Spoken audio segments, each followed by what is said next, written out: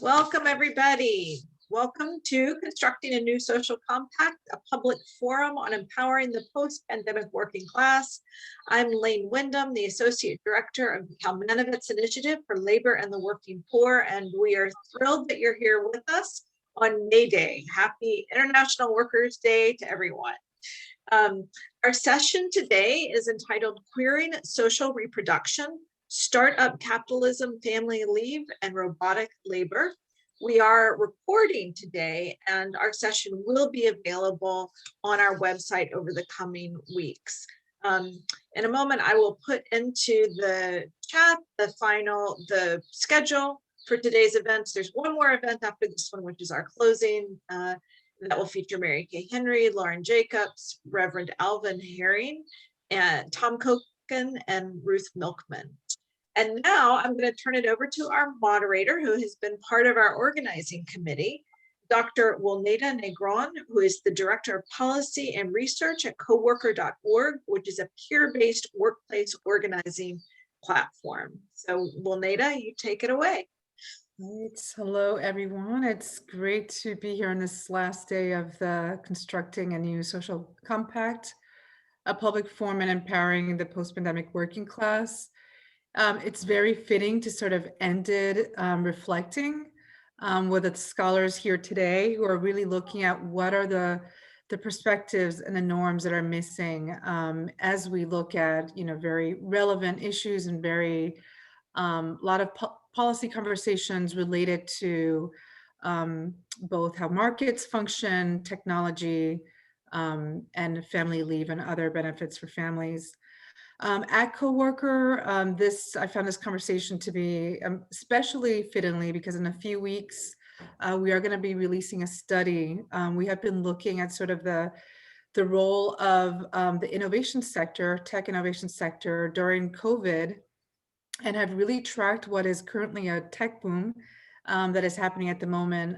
Most of you probably have heard that tech boom is accelerating things like automation, but there's some other more insidious and more invisible sort of new technologies that are entering the marketplace that are gonna not only disrupt, low wage work, but really how we approach the care, community care, and also care for those workers that are not only being displaced, but dealing with an intrusion of technology that's sort of shifting power dynamics more against them and more in favor of business and the tech sector. And so this conversation really challenges us to think about what are this perspective, especially looking at queer reproduction, social reproduction. What are the perspectives that need to be integrated, need to be brought into these spaces so that we don't continue thinking about these issues from the spaces that they come from, which is like mostly homogeneous, mostly male, mostly white. And so because what is coming at us is, scientific management theory, technology theory, corporate America theory, what can we learn from what's happening with our brothers and sisters in the global South? How can we push back on this very male intrusion of technology where these technologies are founded? And so I found the four scholars that are going to be talking today, really thinking critically about how to push on that. And so today we have Eileen Boris, who's a Holt Chair and Distinguished Professor of Feminist Studies and History at the University of Santa Barbara, who's going to be co-presenting with Carly Thomsen, who's the Assistant Professor at Middlebury College. We will then hear a presentation from Hemangini Gupta, who's the Visiting Assistant Professor at Middlebury College. And finally, wrapping up the conversations with Sharron, who's a lecturer at the California State University in Long Beach. So we have a very strong West Coast constituency at the moment, which is great because I'm in the East Coast personally speaking. And because this is a small group, as mentioned, feel free to unmute yourselves and ask questions. We're going to hear each of the speakers will speak for about 20 minutes. And then we'll sort of leave about 25 minutes for questions. So with that being said, if Eileen and Carly could sort of cue yourselves up to speak. Okay. Go, Great. Carly. Okay, I'll get us started. So our paper is titled Queer Temporality, the Child and Family Leave. And Eileen mentioned this as we were convening the panelists right before this, but this is a very new paper. It's brand new ideas, and we use this as an opportunity to start to think through some things we've been talking about for the last couple of years, and that we're hoping to turn into an article. So we're looking forward to conversing with all of you about these ideas, which again are quite new, but we're pretty excited about. So with that, I will just get started. Over the course of the last 2 decades, scholars have demonstrated just how good Marxism and queer studies are for one another. Despite this, little scholarship considers what it might mean to queer social reproduction. What is perhaps most odd about this lacuna is that Marxist feminists have been at the forefront of developing social reproduction theory, and feminist and queer studies are themselves in deep conversation. What would happen to our understanding of social reproduction if we brought it into more serious dialogue with queer theory? How is positioning social reproduction as a Marxist feminist, not queer Marxist concern, limited understandings of these very labors? How might queering social reproduction allow us to craft new social compacts that both account for the materiality of the world in the here and now and reflect the horizons of queer utopic thought? This panel collectively takes up these questions. In so doing, we move beyond analyzing social reproduction in terms of so-called invisibilized labors of the home, which is precisely the site of feminist demands to recognize and compensate these labors. Instead, we use queer theory to reconsider where and how social reproduction beyond the household occurs and the processes through which it is being or could be radically reconfigured. This paper, the one I wrote with Eileen in particular, contributes to efforts to think queerly about social reproduction and care work through asking the following questions. Does queer theorist Lee Edelman's plea to say fuck the child necessarily mean fuck child care? How can the investment strategy and care infrastructure, childcare tax credits or stipends, expansion of affordable and quality childcare, paid family and medical leave, and development of good jobs as part of a more robust home and community care system? How can such an investment overcome inherent assumptions about the subjects and objects of care and the social relations and spaces in which care occurs? How might we queer how we think about care and care work, especially when so much of the discussion, as well as related policies, are deeply heteronormative? To be clear, our goal is not to queer care by centering LGBTQ people. Such an approach runs counter to the demands of queer studies, which asks us to think past identitarian lines and also demands challenging institutions rather than asking for incorporation into them. We offer instead a provocation, a call to move from advocating for family leave to care leave, and importantly, not simply in name, but in terms of what policy and daily life look like. So I will now intervene. We begin with the feminist return to social reproduction theory or life making as part of the larger centering of care in envisioning a new social compact. And there's been a lot in this conference, including one plenary on care. Then we turn to 2 ways that LGBTQ people and care appear in scholarship and praxis. What we name the assimilationist universalist model of queers need care too, otherwise known as we are also people, and the separatist identity model of community mutual aid, otherwise known as we are different and unique people.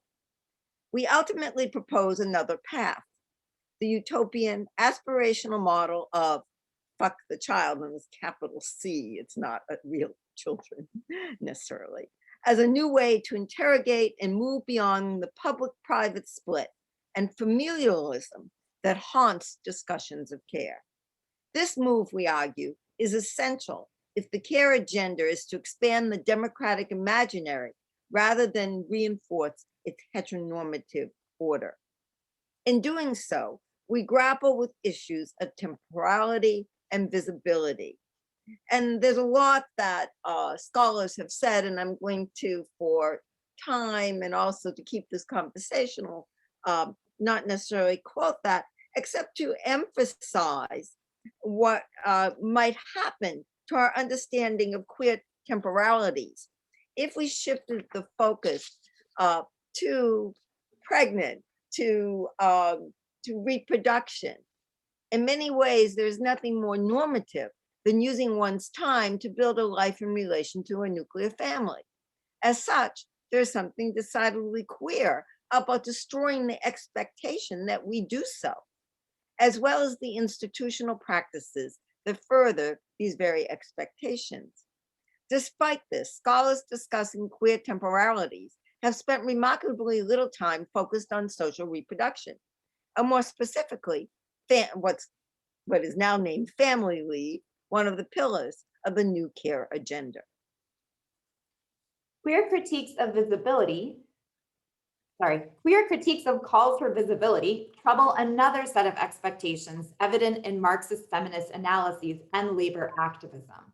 The belief in the value of making domestic, reproductive, and intimate labors visible.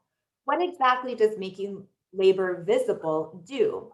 Not much, according to queer studies scholars. Elsewhere, I have outlined the dangers of producing coming out and being visible as LGBTQ as a political project itself.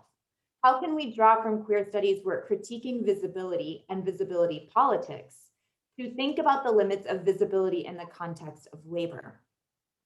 In an effort to queer Marxism, Christina Crosby and Janet Jacobson ask us, quote, to attend to non-normative labor in relation to systems of marginalization, labor that takes place in survival economies rather than in recognized industries, labor that is not done in factories or offices, but in homes, and labor that is intimate even and part of market commerce, end quote.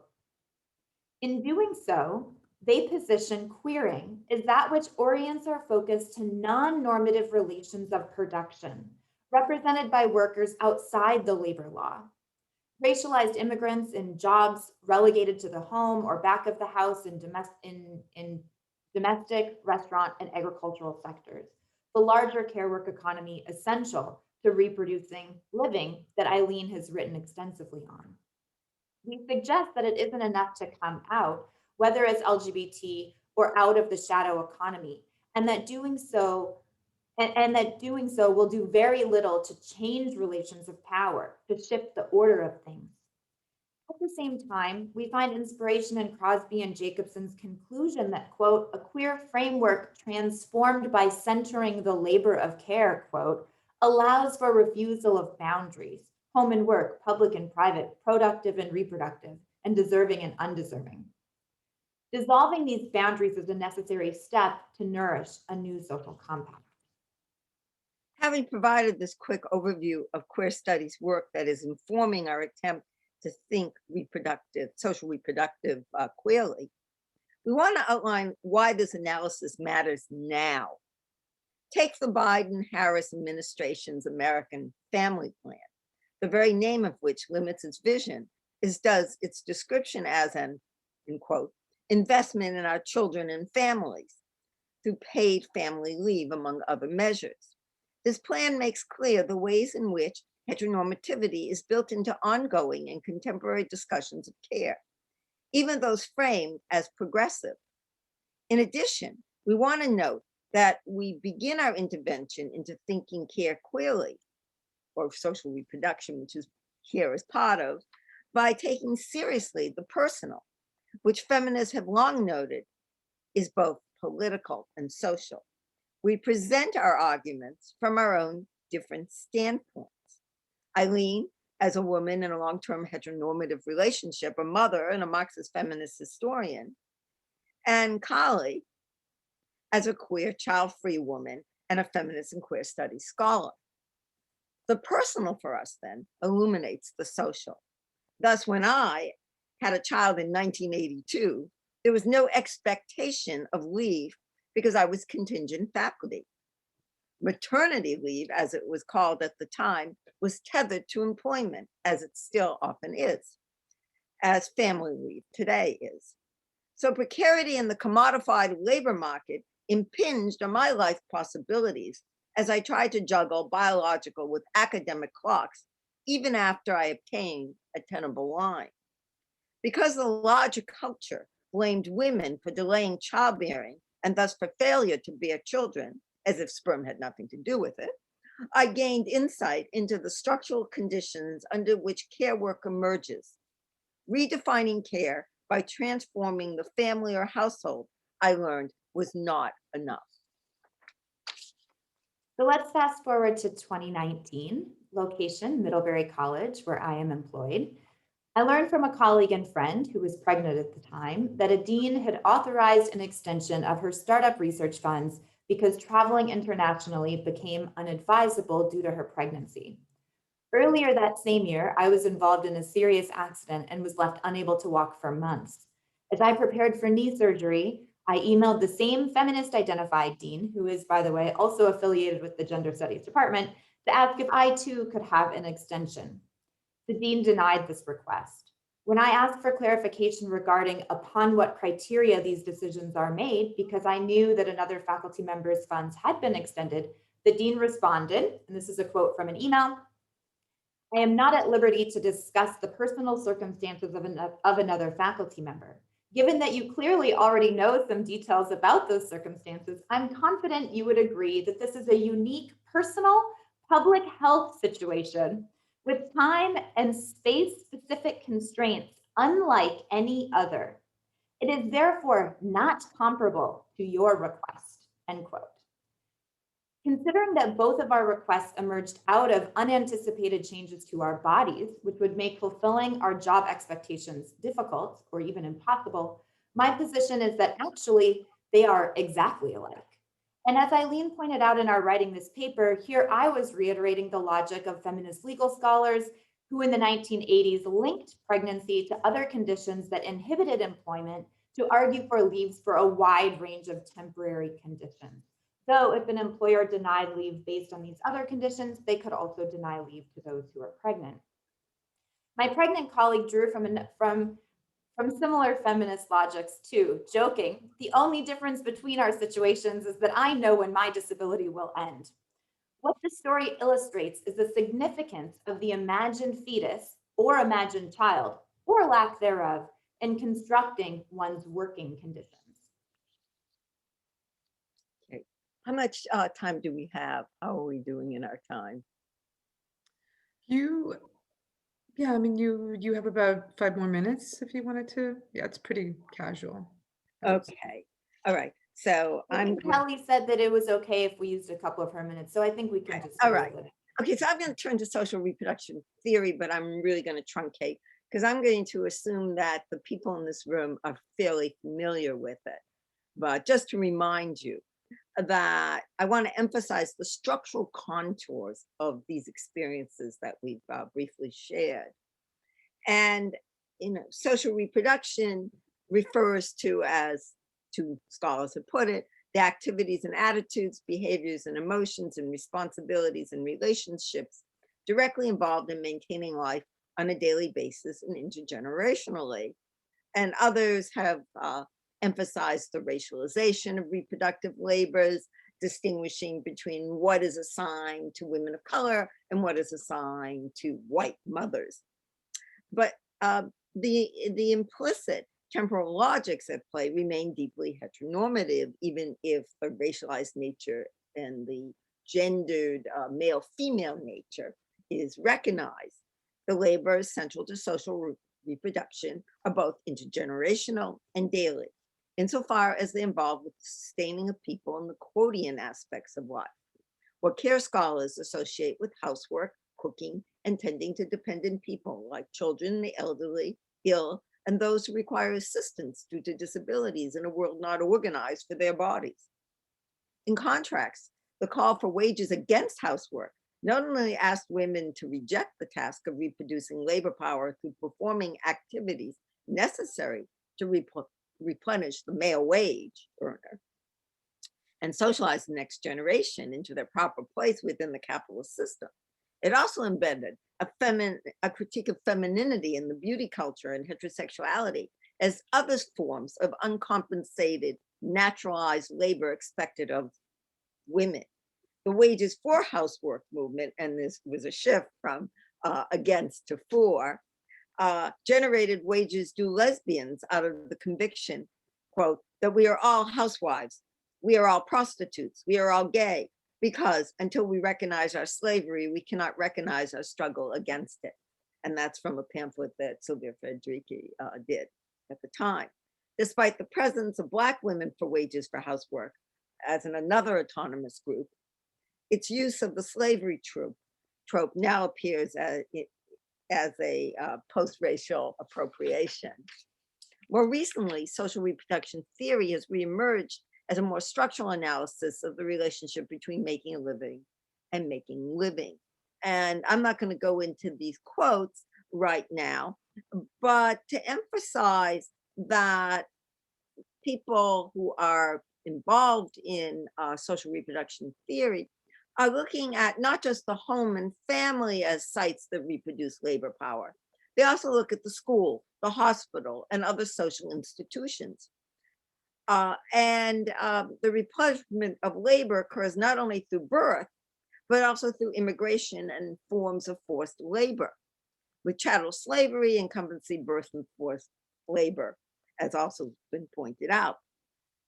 There, in a recent collection, there is one essay by Alan Sears that takes off from scholars like John D'Amelio and Peter Drucker, who previously had condemned capitalism for restricting sexual freedom. And Drucker, particularly, who I used to be in a Marxist feminist a political formation in the late 1970s, early 1980s with, particularly envisions the end of capitalist alienation generating a polymorphous sexuality in keeping with Marcuse and a gay liberation ethos that rejected homonormativity as well as heteronormativity. For such scholars, care might be folded into new communities of connection, but they would do so by breaking free from a functionalist relation to capitalist accumulation obtained through women's family labor. But other, often desexualized framings of queer care are more prevalent, to which we now turn. Okay, so the two veins that we have essentially noted in a lot of the scholarship, mostly even emerging scholarship on queer and trans care, and how queer and trans communities support one another through care. And this topic has been explored recently in several roundtables organized by Duke and in conversation with activists and also by academics. So these are conversations that are happening right now, and we've noticed two veins, and those are what I'm going to talk about right now. The first is the assimilationist or universalist model. Okay, so horror stories abound of withholding hormones and medical treatment from transgender prisoners in jails, detention centers, and other institutions of confinement. So do tales of the refusal of hospitals and other medical or care facilities to allow non-family to sit with patients, relationships that domestic partnerships and same-sex marriage were to bypass and thus provide equivalency to the kinship claims of heterosexuals to be with injured and dying family. As Marty Fink notes in Forget Burial, HIV kinship, disability, and queer trans narratives of care, structural access barriers loom large as gatekeepers for care and many stories of HIV disability. In critiquing assimilationist narratives, Fink joins Robert McRuer, a disability studies scholar, in refusing to squeeze unruly bodies into an acceptable form in order to gain entry into modes of care that may substitute universal for actual need. Assimilationist models of care thus ask for the same access and recognitions of rights and need available to non-queer folks. Adoptive mothers in same-sex relationships challenge conventional understandings of who can mother or provide care by expanding but not necessarily shifting delivery of care, even if the care becomes multiple. Thus, we are skeptical that polymaternalism, the term that sociologist Shelley Park coined for the, quote, mother-child-mother triad, end quote, breaks through the naturalization of care, even though it disrupts the biologism of motherhood. So the second vein that we've noticed, we might think of it as a sort of separatist, but still identity-based model of community mutual aid. Fink notes that one trans activist who, quote, frames caregiving as a domestic act that develops chosen family, end quote, as queers, we need to take seriously our commitments to caring for one another. What he calls disability kinships has provided alternative paths to obtaining care. Mobilization during the HIV/AIDS crisis in the 1970s and 80s developed mutual aid as a community care practice for survival. With hostile publics, gay men and lesbians created a counter public for mutuality.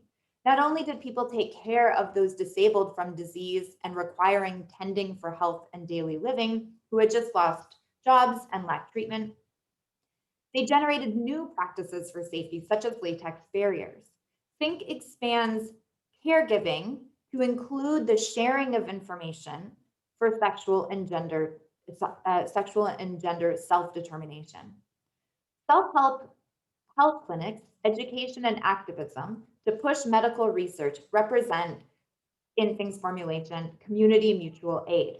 In contrast, PrEP inhibitors place responsibility on the individual to monitor their own status and treat it with a magic pill. As such, this pharmaceutical breakthrough seems more in keeping with a turn to neoliberal individualism when lifted from a community context. Who has access to such drugs then underscores how race, class, gender, and location, that is, other structural components of power, shape care itself. Mutual aid might not be enough, although Dean Spade has touted such alternative practices recently. But it might not be mutual, as Jane Ward has suggested in problematizing the intimate labor or care required of femmes to confirm the gender of their transmasculine partners. Okay, quickly, we're going to talk about moving beyond the public-private split through Lee Edelman's Fuck the Child. Scholars bringing together feminist and queer theory with Marxism have long noted the public-private binary is dangerously simplistic, making it even more difficult to recognize how unpaid labors enable paid labors and thus capitalism. In response to the devaluing of the home and the largely unpaid labors that transpired there, feminists, like myself, have argued that domestic labors are valuable and as such ought to be waged or recognized in systems of social security. We know, of course, who the subject of these labors typically is: the wife, the woman, the mother, who is always one and the same. We also know who is imagined as the object of these labors: children, the home's wage earners, and less often elderly family members. What would happen to this formulation of the home of work, of workers, and their objects if we took more seriously Edelman's call to fuck the child? For Edelman, such a move is crucial because the cult of the family is responsible for the increasingly conservative and neoliberal nature of LGBTQ activism. So what, Edelman asks, might a politics look like that doesn't center the child? And that's Cap. Even in the scholarship that attempts to queer social reproduction, these insights have been ignored. And I'm going to skip to emphasize that talk of life making and social reproductive theory promises to degender care. And this post-gender approach we suggest, though, has serious limits. Fink quotes an Instagram post by an academic and community organizer who asked, why are people returning to an ethics of care instead of, I don't know, socialism, which also includes an analysis of all the social reproduction work the low wage and BIPOC women do so that academics can sit home and write our research projects? To which Fink comments, what is demanded is transformation, quote, transformation of social systems rather than merely modifying the behavior of individuals to compensate for the failure of the state. Rejecting both the assimilationist and the mutual aid models of giving care, Fink asks us to take care, redefining, as I quote, caregiving as a framework through which we critique capitalism itself for failing to provide care in a non-exploitative way. And we go on to quote some others, but I'm going to give it to Polly to begin to sum up. Okay, so Eileen, I want to just add from the end of that paragraph that some of these people who we quote here are trans philosophers in particular, who note that a care web, this is a quote from Hill Malatino, that a care web works when the care that composed it isn't exploitative, appropriative, or alienated. Okay, I was going to read that. Okay, so we're going to fast forward a little bit to think about the pandemic, because that was one of the questions that organizers asked us to reflect on. And so we just start to do that a little, just very briefly here, but we hope we can return to this more in the Q&A. While the pandemic has inspired many conversations about caregiving, and especially the plight of working parents, little has been said about the ways that child-free people are also saddled with additional labors because of how our homes are imagined, or how the pandemic has actually intensified this dynamic. What is perhaps surprising, and what we attempted to highlight through considering the case at Middlebury College, are the ways in which this same heteronormativity functions to inform expectations of employees both before and after one would be eligible to take family leave, as well as how those expectations inform the work environment of those non-procreative employees around them. But more directly, we need to move beyond the work-home and public-private dichotomies, because how one's home life is imagined creates the very material conditions of their work. Taking a fuck the child approach, we suggest, does not necessarily require advocating against paid leaves that compensate for the work of social reproduction. However, for paid leave to be utilized for queer purposes, we must sever it from childbearing and rearing. In short, we are advocating for a more capacious approach to paid leave as something that should be available to those who engage in many forms of social reproduction. Making paid leaves available, for instance, to someone who wishes to start a garden meant to feed one's community would allow us to decouple paid leaves from the heteronormativity that drives them and that they also drive. And in doing so, allow us to queer hegemonic conceptions of care, labor, and the family. Or taking leave for self-care in order to come back to labor for the community, to avoid the burnout so prevalent in our NGO labor of love world, which Hemangini will talk about. Yeah. And so to end, we end this provocation with a few questions. Can a new social compact that builds on the Biden-Harris administration's redefinition of care as infrastructure and the advocacy of feminist care networks be a first step? Or is it so tethered to the heteronormative family as the generator of labor power and reproducer of existing social relations? Or should we become half a loaf girls and take what we can, re-signify the terms of discussion as part of the process of building a different future? Should we seize the means for care to meet the various needs of us all for maintaining living in the face of death, the pandemic, social death, police brutality, economic inequality? What might a shift from family leave to care leave open up?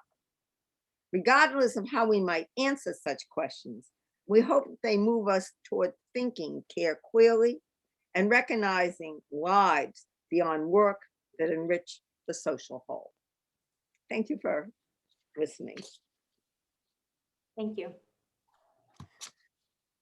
Thank you so much. There's a lot to unpack there that hopefully we can do in a Q&A. We are going to turn now to Hemangini Gupta, who's going to talk about When the Office is Family, Queering Social Reproduction Under Startup Capitalism.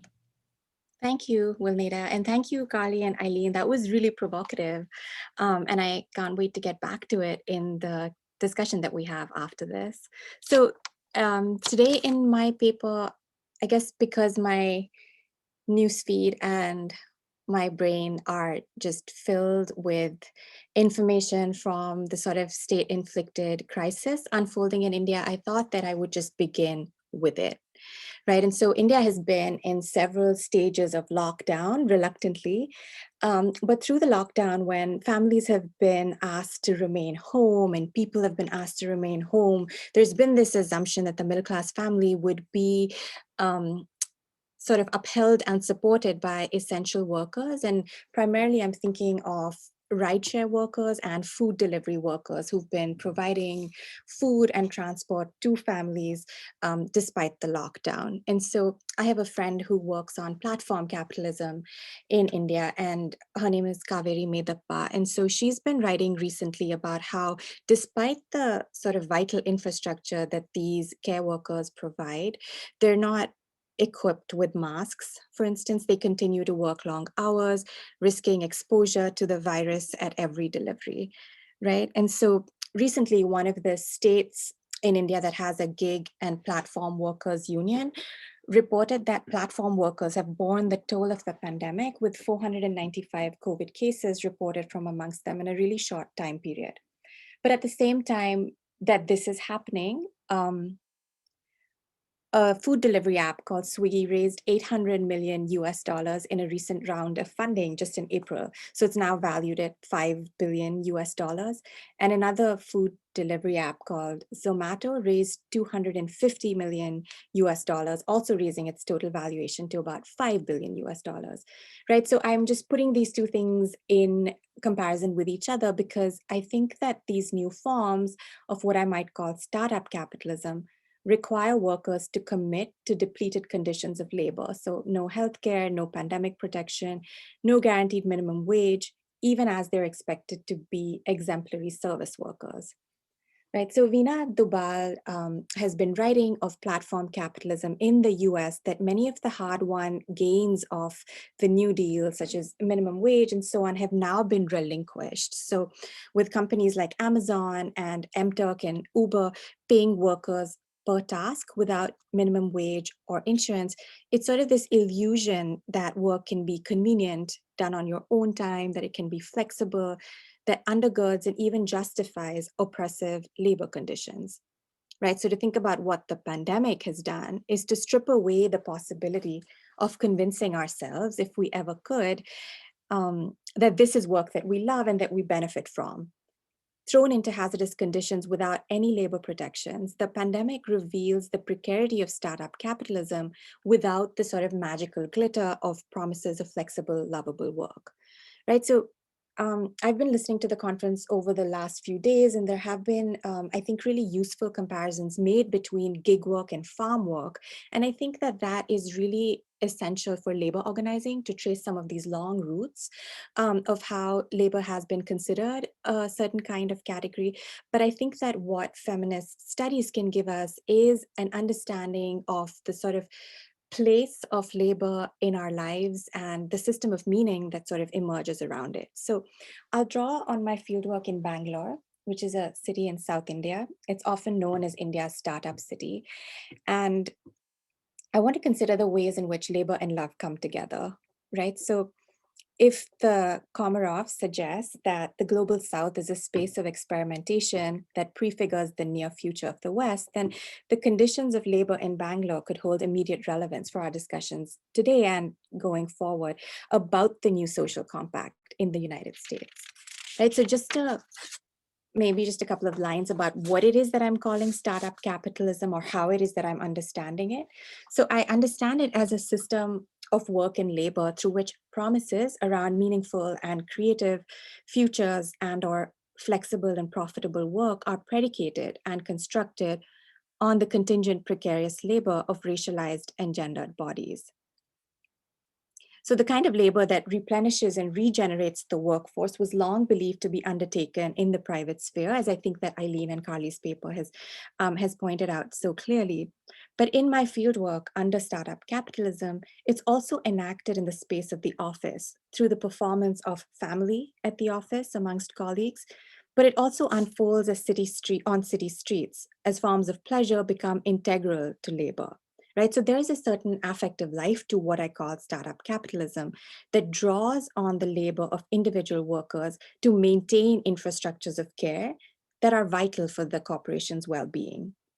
And these forms of care exceed the for-profit expectations that we will all do what you love, right? But I don't see this as only a process that depletes workers.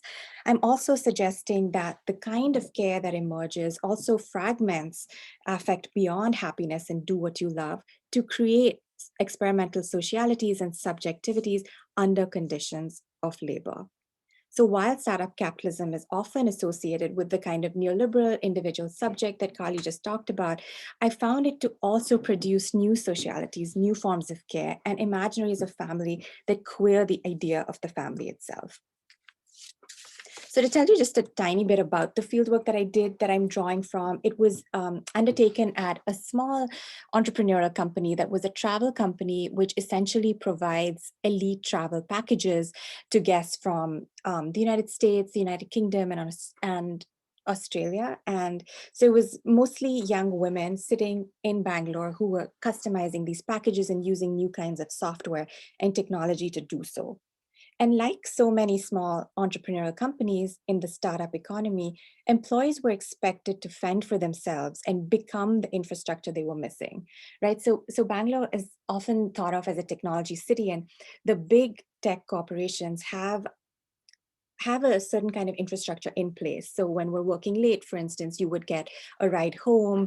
There would be provisions for people to eat on the corporate campuses and so on. And a lot of that was missing at some of the new and smaller startup companies, right? And so, for instance, we didn't have office transport. And so although many women often felt unsafe going home late at night, there was the expectation that they'd take care of their transport.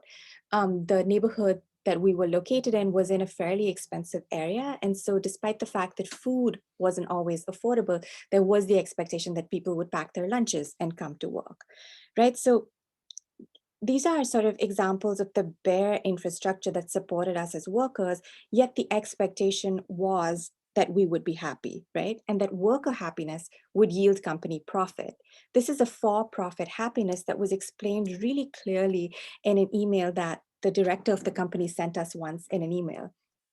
So he'd come back from a trip to London where he'd met with several high-profile guests who were customers or clients of this company that I call Captivate Travels. And he came back and sent us an email about the importance of happiness in the production of profit. So just to read from the email, one guest asked me about how we instilled the passion and created a non-hierarchical culture where people genuinely seem to be excited about our cause rather than just doing a job. This, of course, made me feel very proud, and I believe that it is our people and strong sense of purpose to really captivate guests and derive happiness from that activity that separates us from the rest. Right, and so his emphasis on happiness reflects one of the company's greatest desires, to do what you love at work, and for that love and happiness to also direct customer satisfaction and ultimately company profit, right? So it's a kind of productive work that happiness does. Happy employees convey their sense of work satisfaction and happiness to guests who then become happy and are motivated to travel with the company happily, producing profits that are very happy for the owners, right? So there's a certain promissory nature to this happiness. It's a for-profit happiness in which worker happiness could translate into company profit. And it was well understood that it's not natural that people will know how to produce this happiness. You have to be taught how to be happy in the right way. And so and I say we because I worked at this company as a sort of employee, intern, ethnographer. The boundaries between these various identities were often porous, but people knew that I was doing ethnography there. But I was also trained in many ways like the other paid employees were. So before we hit peak tourist season, a sales trainer in Canada Skyped in to Captivate offices around the world to teach the sales team how to increase guest confirmations. And so he emphasized that listening is key to sales. Guests need to feel understood as though they're talking to a friend. Once a guest's needs are understood, the salesperson will guide the guest away from expressing needs toward placing a greater value on their wants. Just gonna briefly share a screen. So what you're looking at now is the actual graph that maps how you can shift needs to wants, right? So there's a simultaneous shift away from rational calculations and price-sensitive decisions into a realm that is emotional or feeling and perception-based. By listening carefully, understanding the guest, and becoming the person the guest can relate to, the sales team engineers a shift from the column of needs to the opposite column of wants, right? So the initial phone calls begin with a salesperson on the phone with a guest. At this point, the guest is at the bottom left of the graph, hypothetically, someone who is just needing help with travel, who's made an initial inquiry. Through the course of the phone call, the sales team will move the guest along the continuum to end at the top right, which is a realm saturated by want. This point on the graph is somebody who greatly desires the experiences, photographs, and feelings possible with a specific Captivate travel experience. So happiness for profit is produced through this directed movement from left to right. I'm going into this graph with this level of detail because I think it shows us some essential features of what we might understand as feminized labor, right? The sensitivity to others' feelings, the responsibility to cultivate happiness and contentment, even desire in others, and to maintain a certain emotional climate.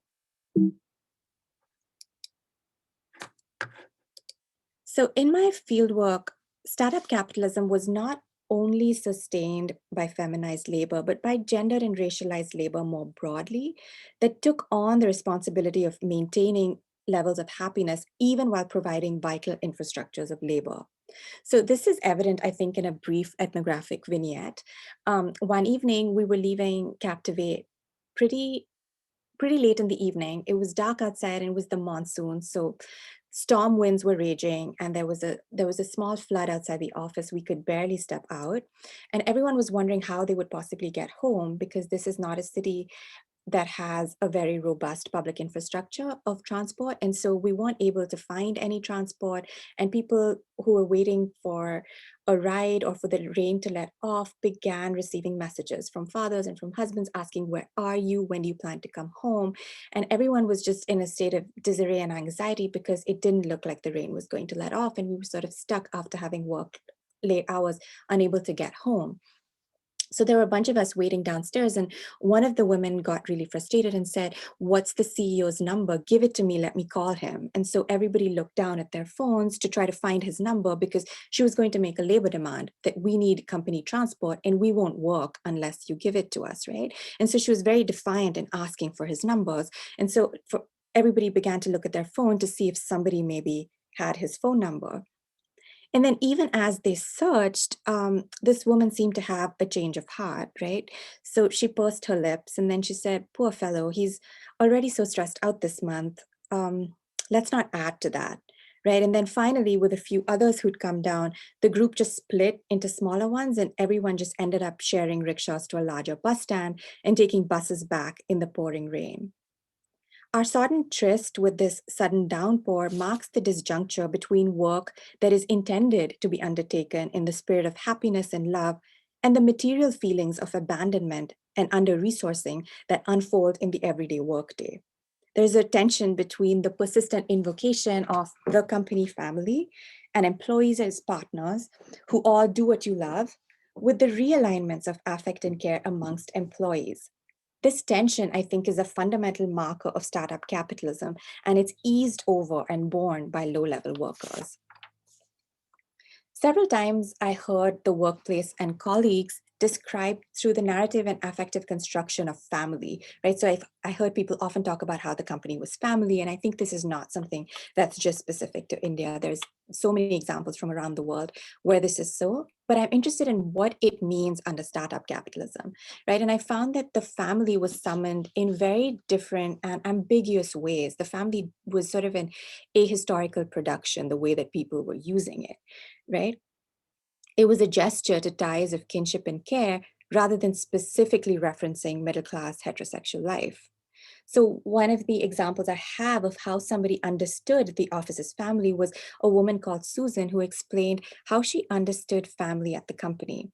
She said, by this stage, a few years after working here, Captivate was my life. I live and breathe it.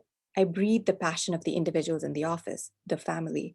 I always say Captivate is like a family, one big, diverse, global family. We don't always know each other that well because we live in different countries, but we share the same values and passion.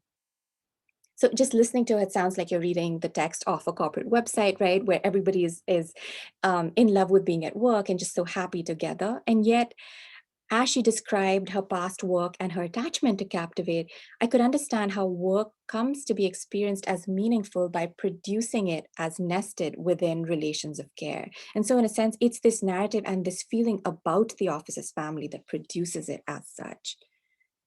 Convened in this way, it lends work value by seemingly pulling it apart from its role in profit production to locate it as meaningful. Individual workers like Susan interpolate themselves as ethically oriented to each other and the world. And so the office is more than just work. And so there's a sort of distraction and deflection from the fact that it doesn't provide you vital infrastructures to think about how it's a source of meaningful relations, right? And then the other point is with a young employee who just moved to Bangalore to work with this company, like so many of the other people at Captivate.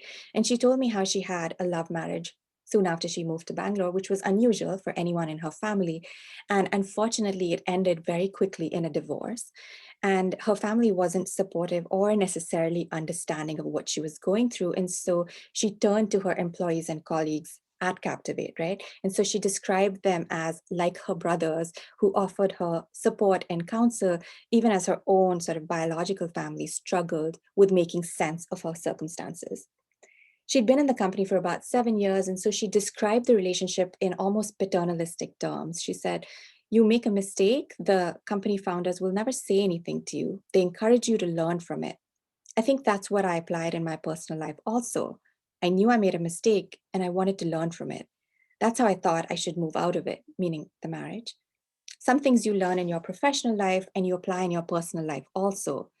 So in her telling, the work family is not only a new family, it's also attuned to her life in intimate and telepathic ways, assessing her needs, anticipating her desires, and guiding her through them.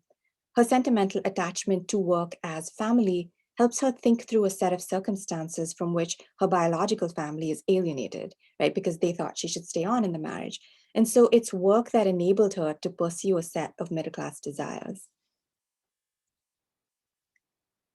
This is a festive celebration of the Hindu festival of Diwali at the office, where employees had brought decorations and firecrackers a few days before and then came in early to decorate the office.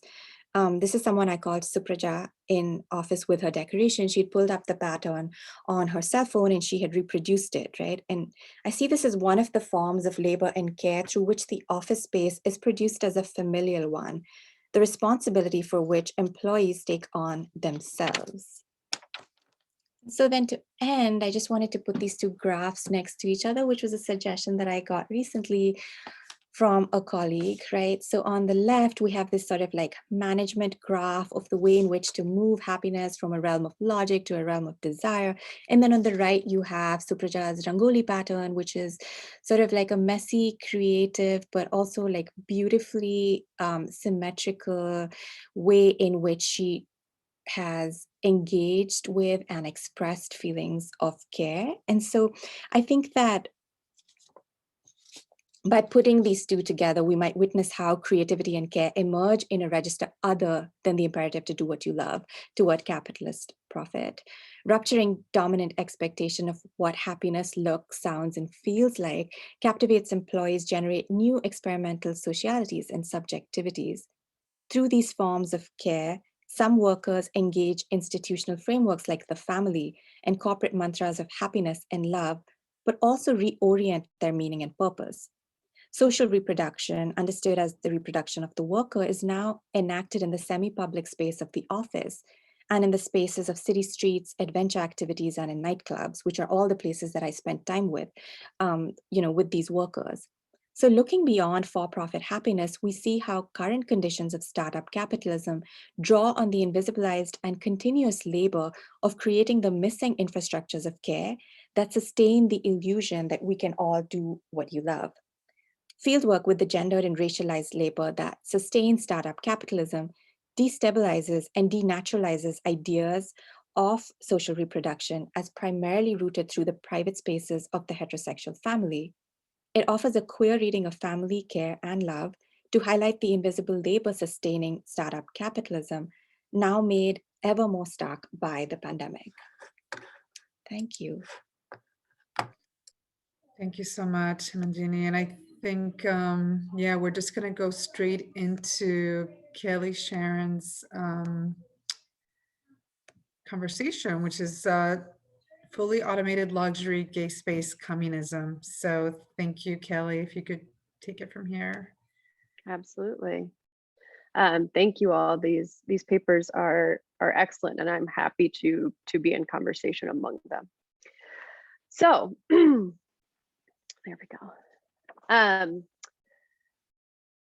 Aaron Bastani's 2019 book, Fully Automated Luxury Communism, argues that we are in the midst of the so-called third disruption, on the brink of major technological shifts that upend the organization of society, its labor, and its capacities. The first disruption, agriculture, and the second, the Industrial Revolution, ushered in abundance and leisure time, though unevenly distributed. The third disruption, marked by various technological advances, including artificial intelligence, space mining, and freedom of information, offers an opportunity to move even farther away from scarcity, as well as avert ecological crisis. Bastani argues that we need a politics to match these oncoming shifts, lest they contribute to further disparities. His answer is, of course, communism, a vision in which leisure and work are indistinct, wherein luxury is widespread and scarcity does not exist. Importantly, and not without its predecessors, Bastani does little to address reproductive labor, care labor, or otherwise feminized work. In fact, he only briefly mentions family commitments, despite reproductive and feminized labor being some of the most difficult to automate. This paper takes up that unfinished project while also considering this panel's core concerns of queering social reproduction, queer utopic thought, and the spaces of reproductive labor outside the home. While fully automated luxury gay space communism began as an internet meme in the wake of some videos of Bastani circulating online prior to the book even being released, this paper takes that charge seriously. I argue that the political framework of fully automated luxury communism and the rise in technologies makes possible the queering of reproductive labor and social reproduction.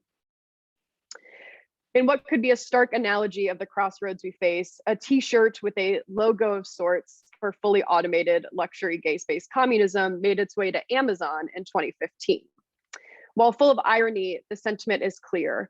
It is difficult to reach wide audiences and market a political future without engaging in the asymmetric and devastating present.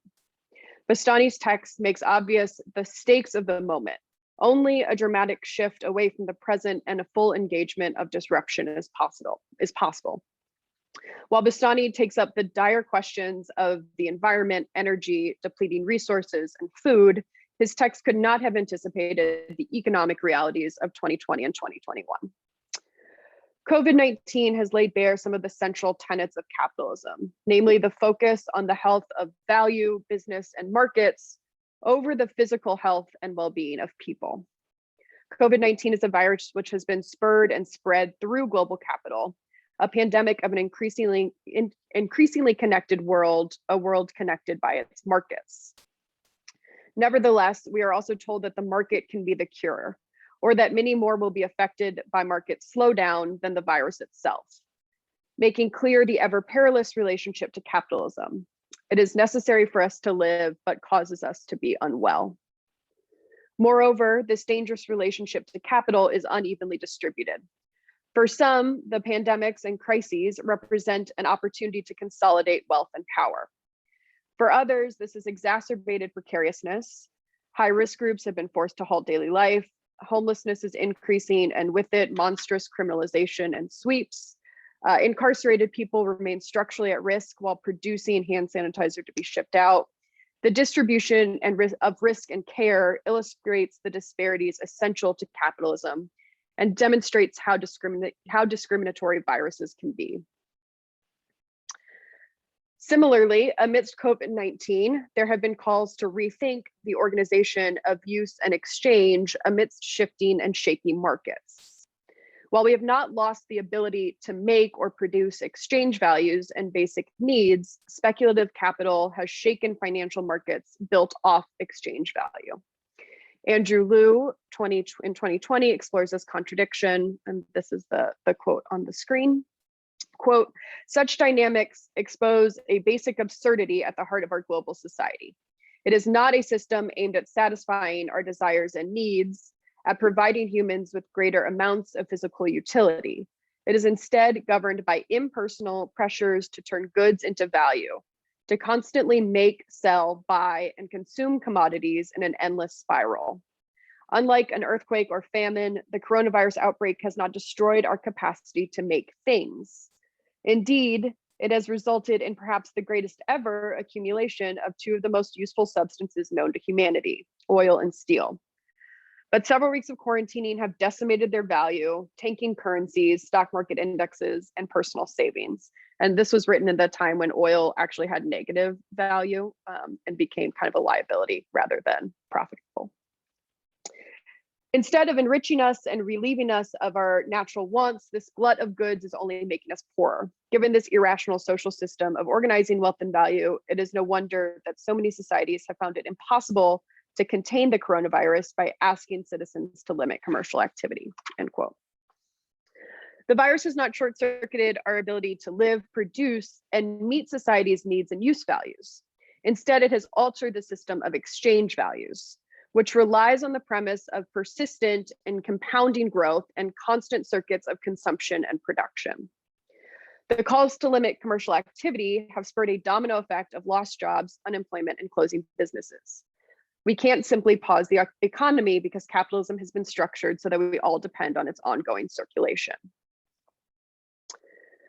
The global response to the pandemic thus far has been contained within the realm of capitalist realism, or the persistent ideology that capitalism is the only economic and political system which can offer prosperity, happiness, and liberty.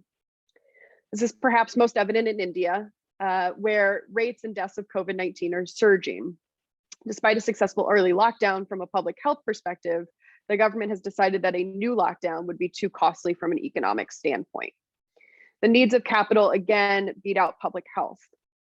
Capitalist realism has long been a target of critical theorists. J.K. Gibson Graham offered a feminist Marxist analysis of the ideology of capitalism in their 1996 text, The End of Capitalism as We Knew It. In it, they argue for a new language of economic diversity, which would in turn rupture representations of identity and social reproduction. They seize upon the already existing economic alternatives to describe the ways in which capitalism depends on a number of non-capitalist interactions. In other words, the end of capitalist realism already exists if we choose to acknowledge it. Given the dual events of the third disruption and pandemic capitalism, fully automated gay-based communism offers a way to rethink both social reproduction and reproductive labor. While these are two distinct terms and processes, I argue that both can and should be queered, and that queer theory is vital to their dual reimaginings. In Capital Volume 1, Karl Marx makes little distinction between social reproduction and social production. If production is organized as capitalist, so too will reproduction. The disparities and class cleavages evident in the processes of production are then reproduced socially. Of this, Marx says, quote, on the one hand, the production process incessantly converts material wealth into capital, into the capitalist's means of enjoyment and his means of valorization. On the other hand, the worker always leaves the process in the same state he entered it, a personal source of wealth, but deprived of any means of making that wealth a reality for himself. Since before he enters the process, his own labor has already been alienated from him, appropriated by the capitalist, and incorporated with capital. It now, in the course of the process, constantly objectifies itself so that it becomes a product alien to himself, end quote. For Marx, a critical element of social reproduction is the ongoing production of capital by the worker. The worker produces the very conditions of alienation and exploitation. While the worker is producing wealth, they are also producing themselves as the working class. This is why the very process of production, of producing surplus value, is also reproduction, because it is the simultaneous production of the capital relation of wage labor and capitalist. All production is social and all production is reproduction. Marx is notoriously blind to the kinds of labor that persist outside of capitalism, but are necessary to ensure the functioning of capitalism. These kinds of often unpaid labors are called reproductive labor. These kinds of invisible labor are often done by women and therefore become a critical point of analysis for feminist Marxism. While Marx is thinking about social reproduction broadly, his language about the production of workers is often indistinguishable from his language about the production of the working class. Nevertheless, he seemingly says that both are necessary. Quote, "The incessant reproduction, this perpetuation of the worker, is the absolutely necessary condition for capitalist production." And so these two processes are integrally connected. Just as social reproduction continually produces two classes, it also maintains and upholds gendered divisions of labor. Following Marx, to disrupt social reproduction, one must disrupt production itself. And so the technological prowess of the present, when harnessed for communist and queer ends, offers a potentially vital moment and opportunity for the upending of heteronormative capitalism. This question of how automation may affect labor, gender, and class is not a new one. Radical feminist Shulamith Firestone took aim at the reproductive processes of procreation and child rearing and the social reproduction site of the family. For Firestone, both are integral to women's oppression. Firestone's ultimate goal for a feminist revolution required technologies. She said that gender inequality could only be achieved when reproduction was entirely separated from the female body. Absent this, the family reproduces unequal power dynamics, as well as a whole host of psychoanalytic perils. Her alternative might be called something like feminist cybernetic pansexual communism, and she in some ways foretold the dawn of the gay space age. Feminist Marxism has long connected capitalism and patriarchy as social systems which depend upon each other to produce women's unequal positionality. Queer theory can contribute to this feminist vision with a deconstructive lens towards sex, sexuality, and gender, insisting upon the connections between society and the self. Therefore, a queer Marxism argues that the relations of production contribute to the production of sex, sexuality, and the psyche. More recently, transgender Marxism traces the connection between gender and capitalism, arguing that the end of capitalism is required for transgender liberation. Historical materialism is weaved throughout these approaches, and methodologically, they follow a similar arc. Capitalism is an economic and social system, and the relations of production drive non-market relations. As it is written, fully automated luxury communism is in need of a queer intervention. The ramifications of an increasingly technological and robotic age will drastically upend other forms of identity, power, and kinship. But Bastani does offer something radical from our current vantage point. A world in which less jobs for humans are celebrated, a post-scarcity economy, and a full stop embrace of leisure. He says, quote, "We must build a workers' party against work," end quote. Only then will the conditions of production, which reproduce the class system, be abolished. As this panel suggests, an important queer intervention is the reimagining of dichotomies, paid, unpaid labor, and public-private. The dream of luxury communism is the elimination of the need for paid labor and the fully automated home. While such a dream may be utopic, such utopias, as Jose Munoz reminds us, are central to queer futures. And so to dream of the fully automated luxury gay space communism of the future is to imagine the spaces beyond Earth, not as spaces of consumption as they are currently being used and mined, but as spaces which offer widespread pleasure and wealth. While this began as a meme, It can also be a blueprint for a queer Marxist utopia. We must embrace automation, but take control of the means of production. Thank you. Thank you so much. We have a little bit over 15 minutes now. We want to give everyone, since it's a small group, feel free to unmute yourself and ask any questions, or if any of the speakers, we were hoping to have more time for conversation, want to bring up any, talk among yourselves, we can also do that. I'm happy to bring in a piece of coworkers' work that's sort of relevant to all of your conversation if people need a few more minutes.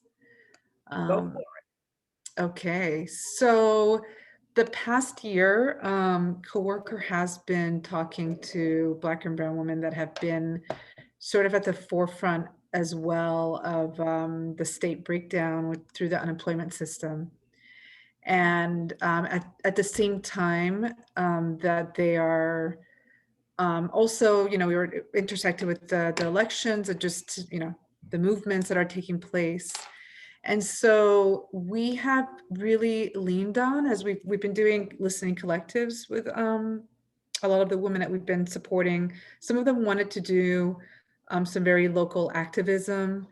And the way it was interesting, the way that the activism they wanted to do was very kind of like peaceful demonstrations. It was like, it was very, very different from sort of the other types of labor organizing that we tend to support either through the campaigns or tech worker organizing.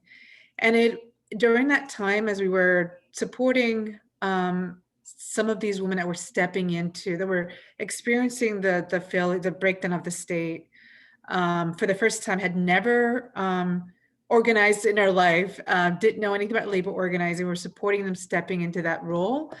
We really leaned on in the work of Black economist Nina Banks, who really expands kind of the frame of care or the different sides of production as they go from the household to the workplace and to communities. And really thinking about it where multiple forms of oppression operate in structuring people's lives. And so really encapsulating at this moment in time for Black and brown women, sort of the informal labor that was taking place, both in taking care of their families, fighting the breakdown of the state unemployment system in their states, trying to re-enter the labor force. And so that idea of care, like the informal labor that we're doing, I was totally invisible because they're not getting paid for any of this. If anything, they're struggling, financial crisis after one after the other. Really asked us to like expand the frame beyond that. And so beyond sort of like even home care and the family care that they were doing a lot of. So I was wondering, if you have any thoughts about that, and then just if you intersect with any of Nina Banks' works, or can recommend even to me other people that sort of look at that, community, workplace, home care framework, that would be super helpful. Well, one thing I would say is that in many activist communities, there's discussion of the care that is taking place that in some ways resembles the office care. That is, the forms of sociality emerge when people create, and Colleen mentioned these webs of care that trans activists have emphasized, and that happens in the process of doing. And when I think of the folks I know who are most active in building NGOs and in the front lines all the time, doing the kind of connective work that you were talking about that you've been involved with, they get burnt out. They need leave. And some organizations can give them leave, care leave, but it's self-care leave. It's leave to spend a month in the mountains, not to be staying home and doing all the work you have to do around your house, all that unpaid labor. So Community care, of course, is part of the vision to de-link this kind of affective work that has material ramifications from the heteronormative family. But I'll have to think about scholarship. Maybe someone else can. Thank you. Thank you for that, Wilneida. I was wondering if we all had questions for each other, because I know that I have questions for both of you. And I was wondering if you all had, if you wanted to just talk about how the papers sort of resonate with each other as well. So I'll just go ahead and ask my question. So I had a question, Kelly, for you, and Eileen and Carly for you. So the question for Eileen and Carly was just if you could think with us a little more about this idea of care leave, because I find it so provocative. And I'm wondering if you had any thoughts on how this might shape the redistribution of care, because we've talked so much about the unequal distribution of care over the past few days in this conference. And I was wondering if you have a sense of how this might shape some form of redistribution. And then, Kelly, I was wondering if you could think with us about some of the racial logics of like full automation, just thinking when you were talking about space and just moving into space, I was thinking of Sandra, but I was also thinking just of, what it is that we consider to be human and how these conversations on automation are also conversations on what we consider to be human and what we invest in. So those are just sort of broad questions I wanted to ask you both because I was curious to hear your thoughts. I can start if that's okay. So I love this question, Hemangini, and it resonates with a lot of the conversations Eileen and I have been having actually, and allows us to kind of, I think, share some of those broader ideas that didn't make it into the paper here. And one of the things that I've been thinking about, and that Eileen and I've been thinking about together, are the ways in which, if we're going to talk about the caring differently or queering care, it really does need to be disconnected from the family. And right now, even in conversations that are being framed as queer or as trans, the discourse of the family is redeployed.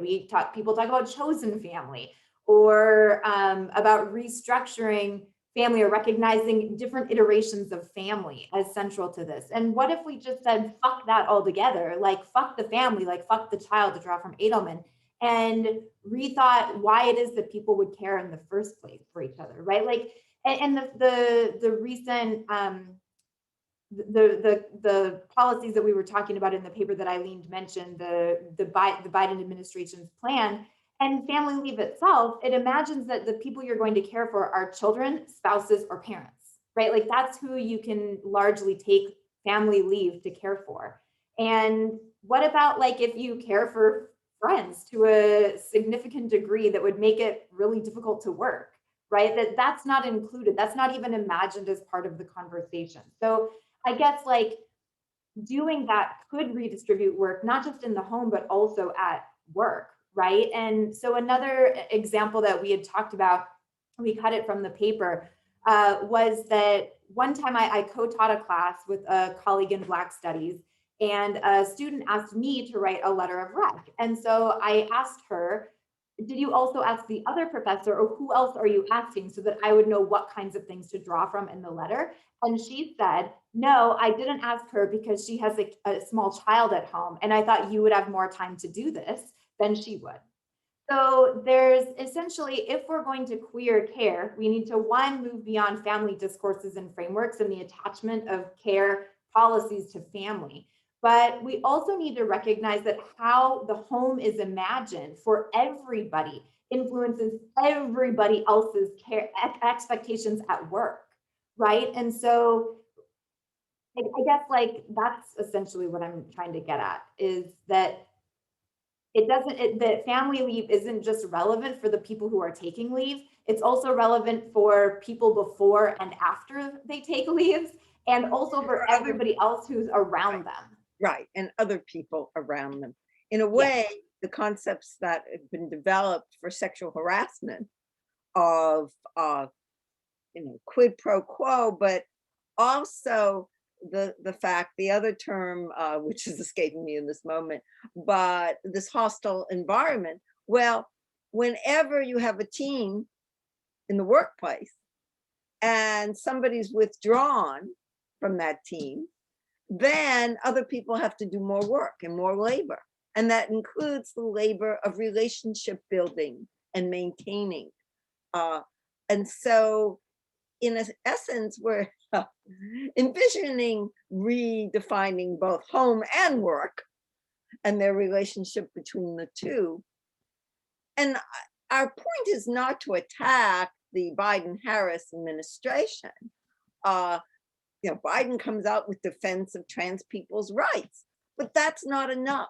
That's fitting people into an existing system without questioning the terms of the system. So that's why I'm really interested in Kelly talking. Yeah, absolutely. And I do think there's, some questions about, that you all are addressing in the orientation toward leave, right? And how do we reorient ourselves towards labor at all? And I want to pick up with Hemangini's question, but I also want to ask you a question after I do that about this question of how we orient toward labor. But I think the racial logic is a really important point here, right? And of course, as we engage a world in which the racial logics of, we are in racial capitalism, right? We don't know capitalism without racial capitalism. And so I think there's a dual effect right now, which is that like the consolidation of wealth is becoming more and more consolidated, and the outputs of that consolidation of wealth are really unevenly distributed, right? And so even if we think about these questions of automation, of AI, of robotic labor, they're obviously like resource heavy, resource extraction sites, and that all of that resource extraction, of course, has an output that is not economic, but is, unequitable, changes, health outcomes for generations. And so I think on the one hand, where I'm thinking about this question of racial logic is also just a basic question about how do these,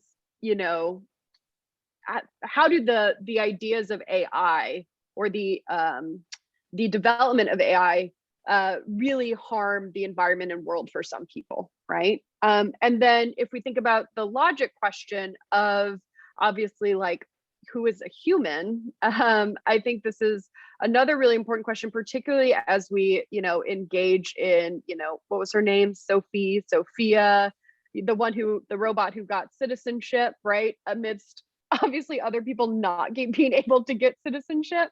You have, all kinds of ways, even that obviously AI is learning racial logic, right? Because there's no way to program it outside of racial logic. So AI is being used to actively police, actively criminalize people.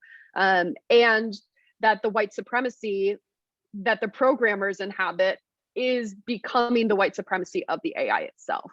And so I think I appreciate your question. I think it's important in multiple capacities of both the production and the sort of, ongoing ways that white supremacy is coded, so to speak, into the new structures.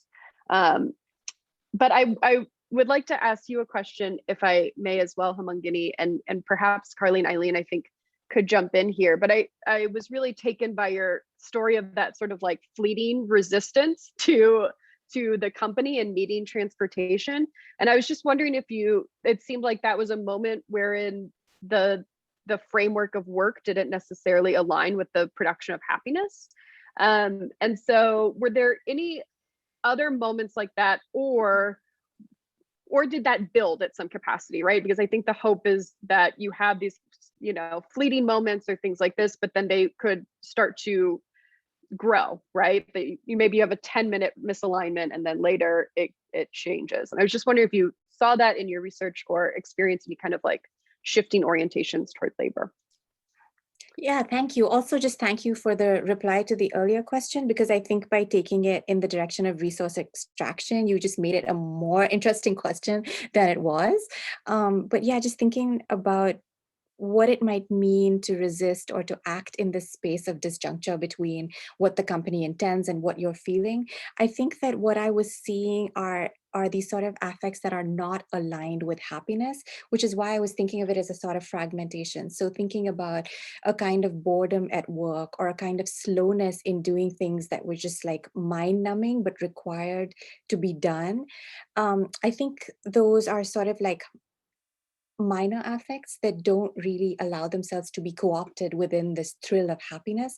And those were the ways in which I saw moments of resistance or reluctance. And then by the end of my fieldwork, a lot of the technology got automated. And so people were expressing their anger and frustration just in personal terms of like hatred and sort of dislike of people who were introducing that automation. So it became very personalized in a way that can be the other side of the family, right?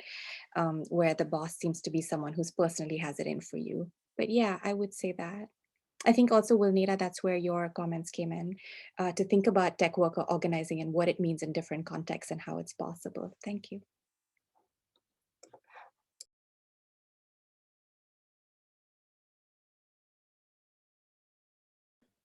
Great. Yes, we only have a couple of about a minute left, but I just wanted to share, I never watched the Bill Maher show, but my friend Nancy McLean was on it last night. And he used the example of the Bitcoin and how that uses more energy for something that's in, because it depends on these huge computers and algorithms, and how it's yeah, and how that so many people, it seems, of a particular age, not my age, seem to be living in this virtual world. And I'm wondering, the question I kept on thinking about in Kelly, in your critique, is that where are the lines between the imaginary and the material? And if people are living in this fully automated world, and yet you can have ecological destruction, illness, death, racialized policing, racialized inequality, etc., out there, but you're living in this virtual space. Is that a future contradiction? Yeah, I think potentially, right? And that's like the stuff of sci-fi films. And so I think you know, what is being offered by like the idea of the third disruption is that you also, you know, radically change how the realities and disparities of capitalism are reoriented or oriented now, right? And so it offers us an opportunity to create so much wealth that we can spread it around, which is true now too, but you know, that you create so much abundance that you sort of get yourself out of a lot of these problems if you just have different ways of distributing them, right? So, you know, that the politics has to align with the economic moment or the economic potential. Mm-hmm. Thank you, everyone. We're over by a minute. Lane has dropped information on the final session. Thank you for a very rich conversation. Hopefully we can continue discussing this as tech innovation is intensifying at the moment and will continue to. And happy International Workers' Day again, and enjoy the rest of your days and the rest of the conference, which is almost over. Almost over. And thank you very much for chairing this. And this is the beginning of a conversation. We would have gone shorter if there had been more of an audience, quite frankly. But the only thing I would say is that these kinds of papers maybe should be in the future integrated into sessions that are topically, like about AI or about startup capitalism or about care, rather than, I mean, I think this is good for a first time, but because people self-select for particular topics, and I think a lot of our colleagues need to hear this, just to expand their vision. I think that's a great point. Thank you. Yeah. Yeah, Thanks, just like Elaine and Wilneida, for hosting us and for Yeah. being here. And Yeah, thank you all. I hope you will Absolutely. share, Wilneida, some of your reports or your place that we can get them, because Yeah. it sounds like you're doing amazing work, and I hope your daughter feels better. Yeah, and we can post papers. If y'all want to, if you have papers you'd like to post on the website, we can also get that there up. And of course, the recording itself will be posted. Well, we're not ready to post. Okay, Like, that's fine. inside our another former student of mine who's a good friend of hers, you know, and there's things like that we haven't really cited yet or worked through, but you know, provocations are good. All right. And thanks so much to Thank you Hemangini all. Thanks, for- everybody. for doing And I this love really the nice. other two Happy. papers, and yeah, and we should think of resubmitting a different version of this for American Studies in a year. Thank you all. Good to Thank chat with you. Bye. Bye.